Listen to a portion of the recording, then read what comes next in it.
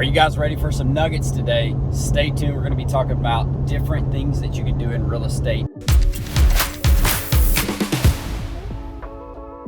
So today we're going to talk about flipping houses. This is a tricky thing in our market today because you got to know your stuff. You're going to flip a house and you're going to try to make a profit. You need to know your stuff. Just to give you some high-level overview of what we're looking for on a flip is we're looking for at least $30,000 worth of profit. And that $30,000 worth of profit, we're trying to flip a house in a matter of time of 4 months or less. We don't always achieve that. Sometimes they go out to 6. You have unexpected things happen, but that is our goal.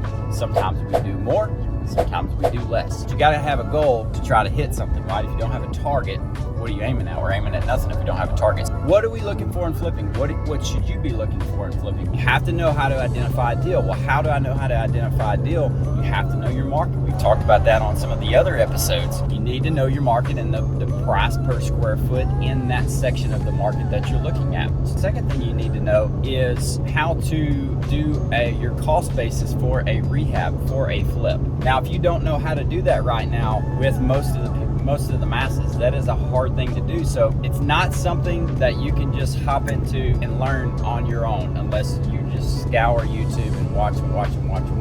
You really need to find a contractor that you really trust that can walk through a house with you and tell you exactly what the rehab's going to be. Let's give you some numbers. Looking at a deal, they're asking $100,000 for it, okay?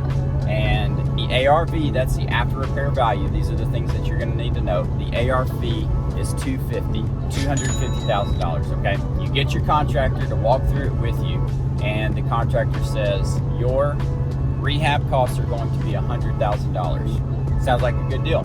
How long is it going to take? Okay, it's going to take 4 to 6 months. Okay, sell it for $250. You'll have $200 in it. Seems like a good deal, but you need a calculator. You're going to use a real estate agent to sell that deal, or you're going to sell it on your own. You have to calculate in your 6 months of interest and your payments and your electricity and your water that you're going to have turned on using those things. All of those things, your taxes, you're going to have to pay those at closing. You're going to have to pay those taxes for those 6 months. So all of those other, we call those kind of our entry fee. All of those other things need to be calculated in there. And at the end of the day, if it's not right at 30,000, then we will walk away. If it's 29 and we feel like we can get it done in 3 months instead of 6 months, then we kind of come back for calculations on that to make modifications and adjustments of what we're willing to take. But if those numbers don't work out, you don't do the deal.